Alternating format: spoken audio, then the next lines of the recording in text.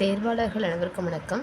இன்றைக்கி நம்ம பார்க்க போகிற டாபிக் என்ன அப்படின்னா க்யூவிங் மாடல்ஸ். நம்மளுடைய ப்ரீவியஸ் வீடியோஸில் நம்ம க்யூவிங் தியரி பற்றின ஃபுல் வீடியோஸ் வந்து நான் கிளியராக சொல்லியிருக்கேன். அதில் நம்ம என்னென்ன சொல்லியிருப்போம் அப்படின்னா க்யூவிங்கில் இருக்கக்கூடிய என்னென்ன டிசிப்ளின்ஸ் இருக்குது, என்னென்ன நோட்டேஷன்ஸ் யூஸ் பண்ண போகிறோம், அந்த நோட்டேஷன்ஸ் அண்ட் அதுக்கான ஃபார்முலாஸ் என்ன, அதுக்கான மீனிங்ஸ் என்ன, டிஃப்ரென்ஷன்ஸ் என்னன்றதுக்கான அந்த பேசிக்கான விஷயங்கள் எல்லாமே நம்ம என்ன பண்ணியிருப்போம் அப்படின்னா ப்ரீவியஸ் வீடியோவில் ஃபுல் அண்ட் ஃபுல் பார்த்துருக்கோம். ஸோ வீடியோ பார்க்காதவங்க ப்ரீவியஸ் வீடியோ பார்த்துட்டு வந்துடுங்க. பிகாஸ் நீங்கள் அந்த வீடியோஸ் உங்களுக்கு ஃபுல்லாக தெரிஞ்சிச்சு அப்படின்னா தான் உங்களால் இந்த டாபிக் வந்துட்டு படிக்கிறதுக்கு ஈஸியாக இருக்கும். ஓகேவா? ஓகே, இப்போ நம்மளோட சிலபஸில் இருக்கக்கூடியது பார்த்திங்க அப்படின்னா நமக்கு 2 மாடல்ஸ் தான் நம்மளோட சிலபஸில் வந்து இருக்குது. நான் அப்பயே உங்களுக்கு சொல்லியிருப்பேன், FIFOன்ற அந்த டிசிப்ளினை பேஸ் பண்ணி தான் நமக்கு சிலபஸ் வந்துட்டு இருக்குதுன்னு சொல்லியிருக்கேன் இல்லையா. நமக்கு 4 டைப்ஸ் ஆஃப் டிசிப்ளின்ஸ் இருக்குது. அந்த டிசிப்ளின்ஸில் நம்ம FIFOன்ற டிசிப்ளின் தான் வந்துட்டு யூஸ் பண்ணி ப்ராப்ளம்ஸ் வந்துட்டு பார்க்க போகிறோம். FIFO அப்படின்னா என்ன? First in first come. யார் ஃபஸ்ட்டு வராங்களோ அவங்களுக்கு வந்து ஃபஸ்ட்டு சர்வ் வந்துட்டு பண்ணுவாங்க இல்லையா. அந்த டிசிப்ளினை யூஸ் பண்ணி தான் நம்ம ப்ராப்ளம்ஸ் பார்க்க போகிறோம். அது மட்டும்தான் நமக்கு சிலபஸ்லேயுமே கூட இருக்குது. ஓகே, வீடியோக்குள்ளே போகிறதுக்கு முன்னாடி முக்கியமான விஷயம் என்னென்னா நம்ம டெஸ்ட் பேட்ச் தாங்க. இன்னும் டெஸ்ட் பேட்சில் ஜாயின் பண்ணாமல் இருக்கீங்க அப்படின்னா முடிஞ்சளவுக்கு சீக்கிரமாக ஜாயின் பண்ணி உங்கள் ப்ராக்டிஸை ஸ்டார்ட் பண்ணிக்கோங்க. டிலே பண்ணாதீங்க ஃப்ரெண்ட்ஸ், ரொம்ப நாளாக எக்ஸாமுக்கு. ஸோ முடிஞ்சளவுக்கு சீக்கிரமாக ஜாயின் பண்ணி உங்கள் ப்ராக்டிஸை ஸ்டார்ட் பண்ணிக்கோங்க. நம்மளோட சிலபஸில் இருக்கிறத பார்த்தீங்க அப்படின்னா MM1 /FIFOன்றது. இதில் நான் உங்களுக்கு ஆல்ரெடி சொல்லியிருக்கேன். இந்த ஃபஸ்ட் இருக்கக்கூடியது என்ன அப்படின்னா டிஸ்ட்ரிபியூஷன் ஆஃப் இன்டர் அரைவல் டைம்னு சொல்லுவோம். M அப்படின்றது distribution of inter arrival time. இந்த எம்முக்கு என்ன மீனிங் அப்படின்னா டிஸ்ட்ரிபியூஷன் ஆஃப் இன்டர் சர்வீஸ் டைம்னு சொல்லுவோம். இந்த 1 அப்படின்றது என்னென்னா நம்பர் ஆஃப் சர்வர்ஸ், எத்தனை சர்வர் இருக்காங்க அப்படின்றது இந்த தேர்டாக இருக்கு இல்லையா. இது நம்ம என்ன சொல்லுவோம், A/B/Cன்னு சொல்லியிருப்போம் இல்லையா, அதுதான் சொல்கிறேன். இந்த சீன்ற இந்த டேர்ம் என்ன அப்படின்னா நம்பர் ஆஃப் சர்வர்ஸ், எத்தனை சர்வர்ஸ் இருக்காங்களோ அதுதான் வந்து சொல்கிறோம். ஸோ நமக்கு 1 சர்வர் இருக்கக்கூடிய 1 சர்வர் அண்ட் நம்முடைய கெப்பாசிட்டி ஆஃப் சிஸ்டம் வந்து இன்ஃபினிட்டி இருக்கும். ஓகே, இது ஒன்று கொடுத்துருப்பாங்க. தென் அனதர் ஒன்று என்ன அப்படின்னா finite number of systems.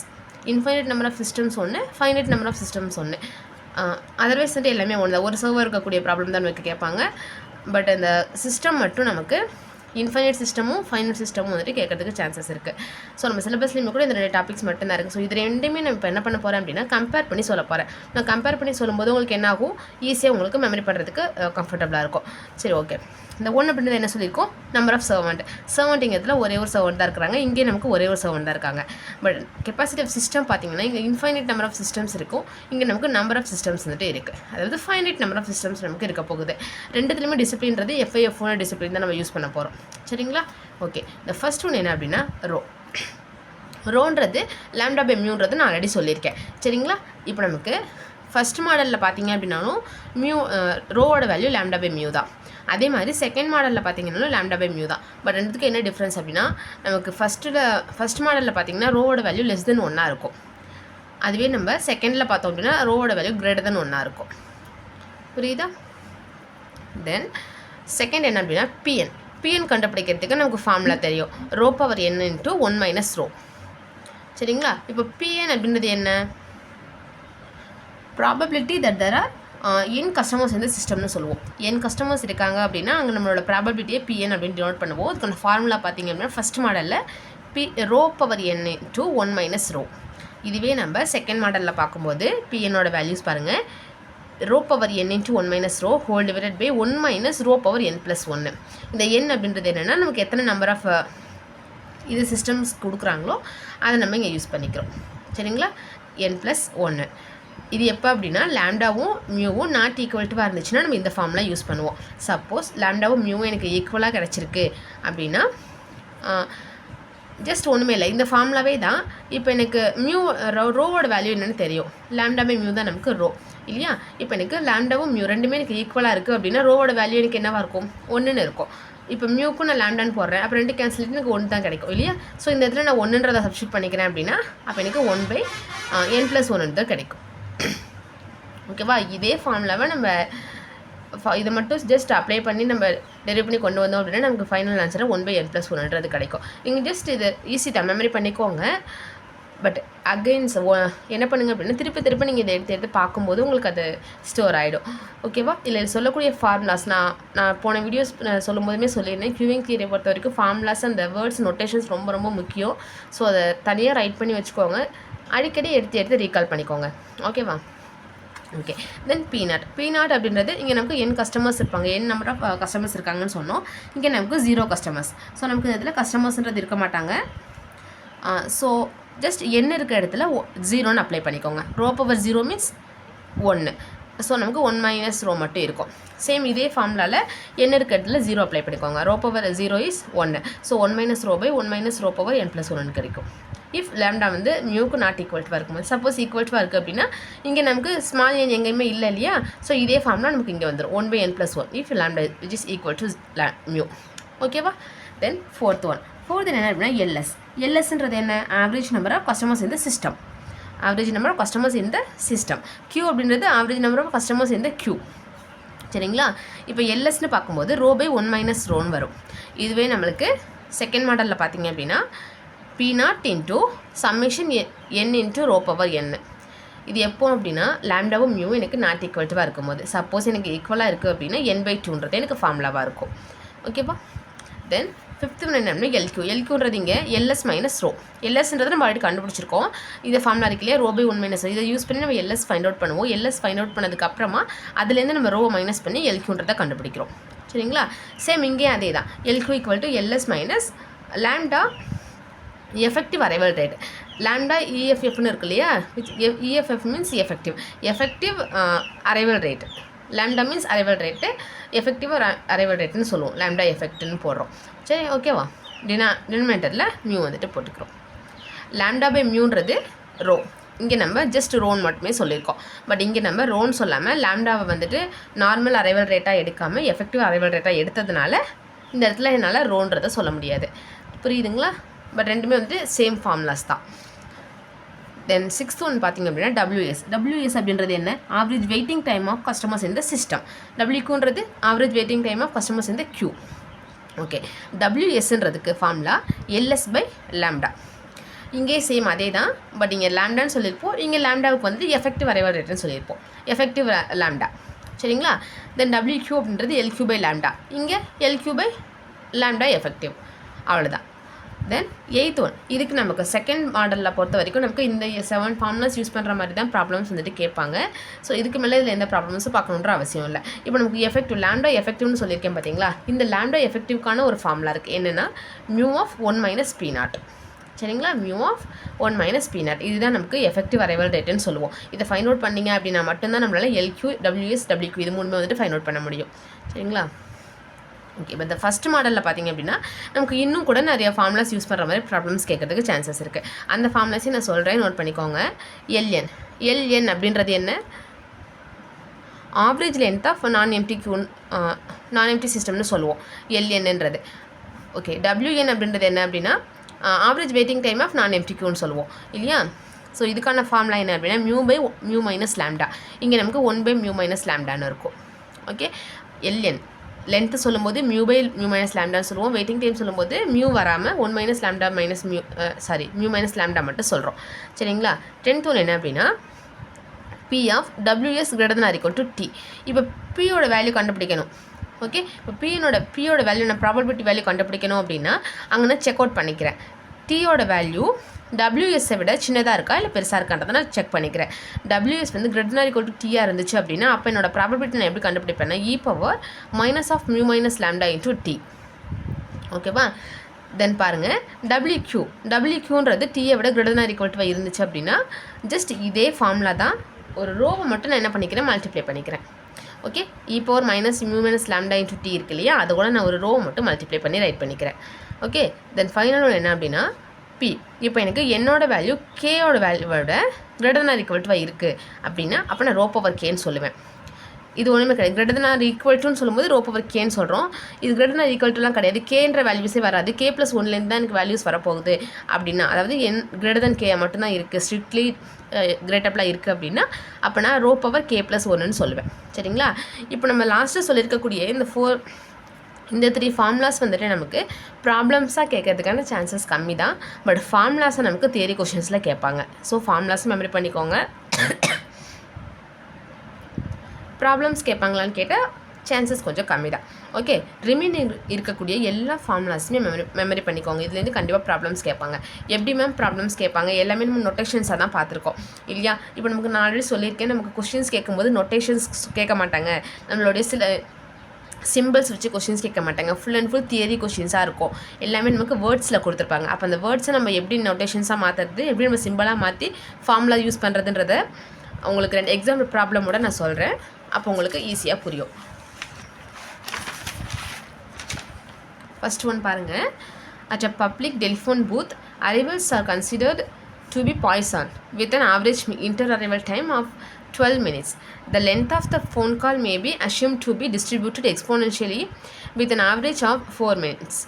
Then the utilization parameter is utilizationsனா நான் என்ன சொல்லியிருக்கேன், சர்வர் பிஸின்னு சொல்லுவோம். யூட்டிலைசேஷன் மீன்ஸ் சர்வர் பிஸி, அதாவது ரோவோட வேல்யூ. ரோவோட வேல்யூக்கு நம்ம ஃபார்முலா என்ன, lambda mu by lambda, sorry lambda by mu தான், லாம்டா பை மியூ. நமக்கு ரோவோட வேல்யூ நமக்கு ஃபார்முலா நமக்கு தெரியும். யூட்டிலைசேஷன் அப்படின்னா ரோவோட ஃபார்முலா லாம்டா பை மியூ. ஓகேவா? இப்போ இந்த வேர்டுக்கான நோட்டேஷன் உங்களுக்கு தெரிஞ்சிச்சு, அந்த நோட்டேஷனுக்கான ஃபார்முலா உங்களுக்கு தெரிஞ்சிச்சு அப்படின்னா இந்த ப்ராப்ளம் நீங்கள் ஈஸியாக பார்த்துருவீங்க. சரிங்களா? ஓகே, இப்போ நம்ம ரோ தான் கண்டுபிடிக்க போகிறோம். இப்போ நமக்கு லாம்டாவோட வேல்யூவும் வேணும், மியூவோட வேல்யூவும் வேணும் இல்லையா? இப்போ பாருங்கள், லாம்டான்றது என்ன, அரைவல் ரேட்டு, மியூ அப்படின்றது சர்வர்ஸ் ரேட்டு. கரெக்டாக? நமக்கு கொஷினில் கொடுத்துருக்கிறது என்ன அப்படின்னா இன்டர் அரைவல் டைம் கொடுத்துருக்காங்க. Arrival time, inter arrival time கொடுத்துருக்காங்க. எவ்வளோ, 12 மினிட்ஸ் கொடுத்துருக்காங்க. லாம்டான்றது அரைவல் ரேட்டு, நமக்கு அரைவல் டைம் தான் கொடுத்துருக்காங்க. அப்போ லாம்டாவை நம்ம என்ன சொல்லலாம், லாம்டா ஈக்குவல் டு 1/12ன்னு சொல்லலாம். இதோட ரெசிப்ரோக்கல் தான் அரைவல் ரேட்டு இல்லையா? 1/லாம்டான்றது தான் அரைவல் டைம்னு சொல்லுவோம். இதுவும் நான் உங்களுக்கு லாஸ்ட் வீடியோஸில் கொடுத்துருக்கேன், செக் பண்ணி பாருங்கள். தென் மியூன்றது சர்வீஸ் ரேட்டுன்றது நமக்கு தெரியும். நமக்கு இங்கே என்ன கொடுத்துருக்காங்க அப்படின்னா exponentially with an average of 4 minutes. நம்மளுடைய சர்வீஸ் ரேட்டை நம்ம எக்ஸ்போனென்ஷியலின்ற ஃபார்மில் தானே ரைட் பண்ணுவோம். நம்ம அரைவல் ரேட்டை பார்த்திங்கன்னா பாய்சானில் வந்து அரேஞ்ச் பண்ணியிருப்போம். பட் மியூன்றது நமக்கு எப்பவுமே எக்ஸ்போனென்ஷியலி ஃபார்மேட்டில் தான் இருக்கும். இது நமக்கு 4 மினிட்ஸ்னு கொடுத்துருக்காங்க. அப்போ மியூவோட வேல்யூ ஜஸ்ட் அதோட ரெசிப்ரோக்கலாக ரைட் பண்ணிக்கிறேன். ஓகேவா? நமக்கு டைம் கொடுத்துருக்காங்க, பட் அதை ரேட்டாக மாற்றணும். ஸோ நான் என்ன பண்ணிக்கிறேன், ரெசிப்ரோக்கலாக ரைட் பண்ணிக்கிறேன். அவ்வளோதான். இப்போ நமக்கு லாம்டாவும் மியூவும் தெரிஞ்சிருச்சு. ஜஸ்ட் அந்த ஃபார்முலாவில் அப்ளை பண்ணிக்க வேண்டியதான். லாம்டா பை மியூ இல்லையா? லாம்டாவோட வேல்யூ 1/12. டினாமினேட்டர் கீழே ஒரு டினாமினேட்டர் வந்துச்சு அப்படின்னா ரெசிப்ரோக்கலாக ரைட் பண்ணிக்கிறேன். மியூவோட வேல்யூ 1/4. ஸோ ரெசிப்ரோக்கலாக ரைட் பண்ணால் 4/1. கேன்சல் பண்ணிக்கலாமா? 1 3. So 1/3 is the answer. இதுதான் நம்மளோட யூட்டிலைசேஷனுக்கான ஆன்சர். புரியுதுங்களா? ஸோ நமக்கு இந்த எந்த மாடல்லேருந்து கேட்டிருக்காங்க அப்படின்னா, இப்போ பாருங்கள், பப்ளிக் டெலிஃபோன் பூத்து, ஒரு பப்ளிக் டெலிஃபோன் பூத்தாக இருக்குது அப்படின்னா அங்கே எத்தனை சர்வர்ஸ் இருந்திருப்பாங்க? சர்விங்கிறது எப்பயுமே ஒன்று தான் இல்லையா? ஒரே ஒரு சர்வர் மட்டும்தான் இருக்க போகிறாங்க. டெலிஃபோன் பூத்தில் ஒரே ஒரு சர்வர் தான் இருக்க போகுது. ஸோ 1ன்னு நான் எடுத்துக்கிறேன். அப்போது எனக்கு m/m/1ன்றது தெரிஞ்சிச்சு. இஸ்ட்டு எத்தனை கஸ்டமர்ஸ் இருப்பாங்க. கஸ்டமர்ஸ் இந்த இடத்துல இத்தனை பேர் தான் இருக்காங்கன்றதை நமக்கு எதுவுமே மென்ஷன் பண்ண கிடையாது இல்லையா? ஸோ நம்ம எத்தனை கஸ்டமர்ஸ் தான்றதை அவங்க மென்ஷனே பண்ணலை அப்படின்னா கண்டிப்பாக இன்ஃபைனைட் நம்பர் ஆஃப் கஸ்டமர்ஸ் தான் இருக்காங்க. ஸோ டெலிஃபோன் பூத் அப்படின்னும் போது நம்மளுக்கு எந்த இது யூஸ் பண்ணுவாங்க, டிசிப்ளின்னு பார்த்தோம் அப்படின்னா நமக்கு FIFO டிசிப்ளின் தான் யூஸ் பண்ணுவாங்க. பிகாஸ் ஃபஸ்ட்டில் வரவங்களுக்கு ஃபஸ்ட்டு சர்வ்ன்றது கொடுப்பாங்க. So FIFO, first in first out. So நமக்கு பார்த்திங்க அப்படின்னா அந்த ஃபஸ்ட்டு மாடல் இருக்குது இல்லையா, அதை பேஸ் பண்ணி தான் இந்த கொஷின்ஸ் வந்துட்டு கேட்டிருக்காங்க. ஸோ நீங்கள் ப்ராப்ளம் முடிச்சதுக்கப்புறமா இது என்ன மாடல்ன்றது நமக்கு தெரிஞ்சிச்சு. ஃபஸ்ட் மாடல்லேருந்து கேட்டிருக்காங்க இல்லையா? ஸோ ரோவோட வேல்யூ நமக்கு எப்படி இருக்கணும், ரோவோட வேல்யூ ஆப்வியஸாக <1 தான் இருக்கணும். ஸோ நமக்கு கண்டுபிடிச்சிருக்க வேல்யூ 1/3. 1/3ன்றது <1 தான் இல்லையா? ஸோ நம்ம கண்டுபிடிச்ச ஆன்சர் வந்துட்டு கரெக்ட்ன்றதை நம்மளே செக் அவுட் பண்ணிக்கலாம். இல்லை உங்களுக்கு கொஷின்ஸ் கொடுத்து கீழே ஆப்ஷன்ஸ் கொடுத்துருப்பாங்க பார்த்தீங்களா, நீங்கள் அதை வச்சு கூட டிசைட் பண்ணிடலாம். சம்டைம்ஸ் நமக்கு ஆப்ஷன்ஸ்லேயே கூட நம்ம கண்டுபிடிக்கிற மாதிரி இருக்கும். ஏன்னா நமக்கு ஃபஸ்ட்டு மாடலில் கேட்டிருக்காங்க, ரோவோட வேல்யூ <1 இருக்கணும். ஸோ அதை பேஸ் பண்ணி நம்ம என்ன சொல்லிடலாம், ஆன்சரை ஈஸியாக ஃபைண்ட் அவுட் பண்ணிக்கலாம். செகண்ட் ப்ராப்ளம் பார்க்கலாம். ஸோ ஃபஸ்ட் வந்து என்ன மாடல்ன்றதை ஃபஸ்ட் நம்ம டிசைட் பண்ணிக்கலாம், தென் நம்ம ப்ராப்ளம் பார்க்கலாம். ஓகே, இந்த shop there is only one salesman. So நமக்கு ஒரே ஒரு சேல்ஸ்மேன் தான் இருக்காங்க. ஸோ நமக்கு m/n/1. Okay, then at the counter 9 customers arrive on average of every 5 minutes. Every 5 minutesக்கு நமக்கு 9 கஸ்டமர்ஸ் வந்துட்டு அரைவ் ஆகுறாங்க. சரிங்களா? while the salesman can serve 10 customers in 5 minutes, the average number of customers in the system is. நமக்கு average number of customers in the system. இதுதான் நம்மளை கேட்குறாங்க. Average number of customers இந்த சிஸ்டமுக்கு நமக்கு என்ன ரொட்டேஷன்ஸில் தெரியும் இல்லையா, எல்எஸ். ஸோ ஃபஸ்ட் நம்ம எல்எஸ் நமக்கு ஃபார்முலா தெரியணும் அப்படின்னா இது என்ன மாடல்ன்றதை நமக்கு தெரிஞ்சிருக்கணும். ஸோ நமக்கு ஒரே ஒரு சர்வர் தான், ஒரே ஒரு சேல்ஸ்மேன்றதை சொல்லிட்டாங்க. எத்தனை கஸ்டமர்ஸ் இருக்காங்க, நமக்கு இன்ஃபைனைட் நம்பர் ஆஃப் கஸ்டமர்ஸ் இருக்க போகிறாங்க. பிகாஸ் நமக்கு எத்தனை கஸ்டமர்ஸ்ன்றதை நம்ம அவங்களுக்கு எதுவுமே நமக்கு டினோட் பண்ணவே இல்லை இல்லையா. இங்கே நமக்கு 9 கஸ்டமர்ஸ்னு சொல்லியிருக்காங்க. பட் 9 கஸ்டமர்ஸ்ன்றது ஹோல் கஸ்டமர்ஸாக நமக்கு சொல்ல கிடையாது. ஒவ்வொரு 5 மினிட்ஸ்க்கு நமக்கு 9 கஸ்டமர்ஸ் வராங்கன்னு சொல்கிறாங்க. சரிங்களா. அப்போ எத்தனை 5 மினிட்ஸ் அங்கே இருந்துச்சு தெரியாது. அப்போ நமக்கு எத்தனை கஸ்டமர்ஸ்ன்றதும் தெரியாது. ஸோ நம்ம இன்ஃபைனைட் நம்பர் ஆஃப் கஸ்டமர்ஸ். ஷாப்பில் வந்துட்டு செய்கிறாங்க அப்படின்னா கண்டிப்பாக அது என்னவாக இருக்கும், கவுண்டரில் இருக்காங்க. ஸோ ஷாப் கவுண்டரில் நமக்கு என்ன பண்ணுவாங்க, ஃபஸ்ட் இன் தான் ஃபஸ்ட் அவுட் வந்துட்டு ஆவாங்க. ஸோ நமக்கு FIFOன்ற மெத்தட் தான் யூஸ் பண்ணியிருப்பாங்க.